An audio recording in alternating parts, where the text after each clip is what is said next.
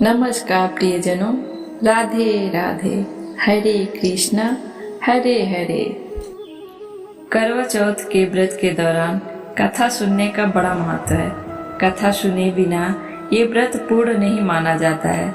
महिलाएं पूरे दिन निर्जला व्रत करने के बाद शाम को चंद्रमा देखकर व्रत का पालन करती हैं। उससे पहले व्रत कथा सुनना बेहद जरूरी माना जाता है। तो आइए शुरू करते हैं करवा चौथ व्रत की कथा। बहुत समय पहले की बात है। एक साहूकार के 7 बेटे थे और उनकी एक बेटी थी जिनका नाम करवा था। सभी 7 भाई अपनी बहन से बहुत प्यार करते थे, यहाँ तक कि वे पहले उसे खाना खिलाते और बाद में स्वयं खाते थे। एक बार उनकी बहन ससुराल से मायके आई हुई थी। शाम को भाई जब अपना व्यापार व्यवसाय बंद करके घर आए तो देखा उनकी बहन बहुत व्याकुल थी। सभी भाई खाने खाने बैठे और अपनी बहन से भी खाने का आग्रह करने लगे, लेकिन बहन ने बताया कि उसका आज करवा चौथ का निर्जल व्रत है और वह खाना सिर्फ चंद्रमा को देखकर उसे अर्घ देकर ही खा सकती है। क्योंकि चंद्रमा अभी तक नहीं निकला था, इसलिए वह भूख प्यास से व्याकुल हो उठी है। सबसे छोटे भाई को अपनी बहन की हालत देखी नहीं जाती है और वह दूर पीपल के पेड़ पर एक दीपक जलाकर चलने की ओट में रख देता है। दूर से देखने पर वह ऐसा प्रतीत होता है कि जैसे चतुर्थी का चांद उदित हो रहा हो। इसके बाद भाई अपनी बहन को बताता है कि बहन, चांद निकल आया है, तुम उसे अर्घ देने के बाद अब भोजन कर सकती हो।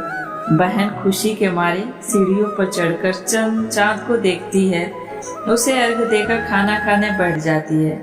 वह पहला टुकड़ा मुंह में डालती है तो उसे छींक आ जाती है, दूसरा टुकड़ा डालती है तो उसमें बाल निकल जाता है और जैसे ही तीसरा टुकड़ा मुंह में डालने की कोशिश करती है तो उसके पति की मृत्यु का समाचार उसे मिलता है। वह बौखला जाती है। उसकी भाभी उसे सच्चाई से अवगत कराती है कि उसके साथ ऐसा क्यों हुआ। करवा चौथ का व्रत गलत तरीके से टूटने के कारण देवता उससे नाराज हो गए हैं, इसलिए उन्होंने ऐसा किया है।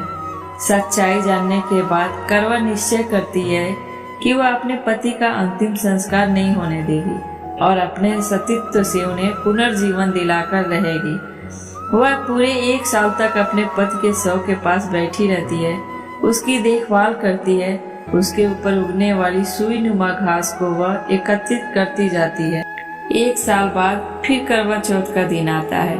उसकी सभी भाभियां करवा चौथ का व्रत रखती हैं। जब भाभियां उससे आशीर्वाद लेने आती हैं तो वह प्रत्येक भाभी से बोलती है, यम सुई ले लो, पिए सुई दे दो, मुझे भी अपनी जैसी सुहागिन बना दो, ऐसा आग्रह करती है। लेकिन हर बार भाभी उसे अगली भाभी से आग्रह करने का कहकर चली जाती है। इस प्रकार जब 6ठे नंबर की भाभी आती है तो करवा उससे भी यही बात दोहराती है। यह भाभी उसे बताती है कि चूंकि सबसे छोटे भाई की वजह से उसका व्रत टूटा था, अतः उसकी पत्नी में ही शक्ति है कि वह तुम्हारे पति को दोबारा जीवित कर सकती है। इसलिए जब वह आए तो तुम उसे पकड़ लेना और जब तक वह तुम्हारे पति को जिंदा ना कर दे उसे नहीं छोड़ना। ऐसा कहकर वह चली जाती है। सबसे अंत में छोटी भाभी आती है। करवा उनसे भी सुहागिन बनने का आग्रह करती है, लेकिन वह टालम टोली करने लगती है। इसे देख करवा उन्हें जोर से पकड़ लेती है और अपने सुहाग को जिंदा करने के लिए कहती है। भाभी उसे छुड़ाने के लिए नोचती है, खसोटती है, लेकिन करवा नहीं छोड़ती है।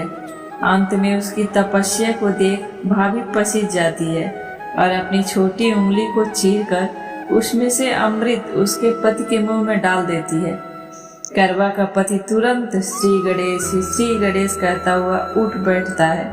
इस प्रकार प्रभु कृपा से उसकी छोटी भाभी के माध्यम से करवा को अपना सुहाग वापस मिल जाता है।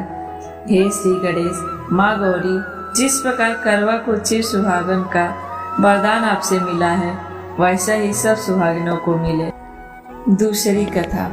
प्राचीन कथा के अनुसार एक गांव में करवा देवी अपने पति के साथ रहती थी। एक दिन उनके पति नदी में स्नान करने के लिए गए। स्नान करने के दौरान मगरमच्छ ने करवा के पति का पैर पकड़ लिया और खींचकर नदी में अंदर की ओर ले जाने लगा। इस दौरान पति ने अपनी रक्षा के लिए पत्नी को पुकारा।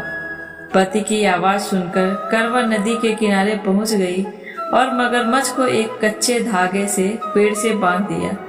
करवा के सतीत्व की वजह से मगरमच्छ हिल तक नहीं पाया।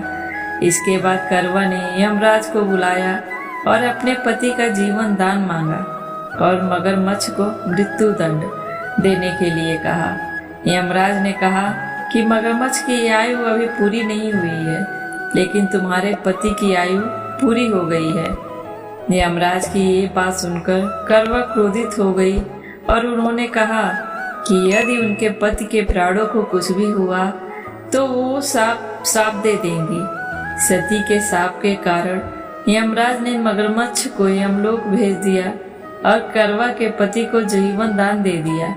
साथ ही करवा को सुख समृद्धि का वर दिया और कहा, जो स्त्री इस दिन व्रत करके करवा को याद करेगी उनके सौभाग्य की मैं रक्षा करूंगा।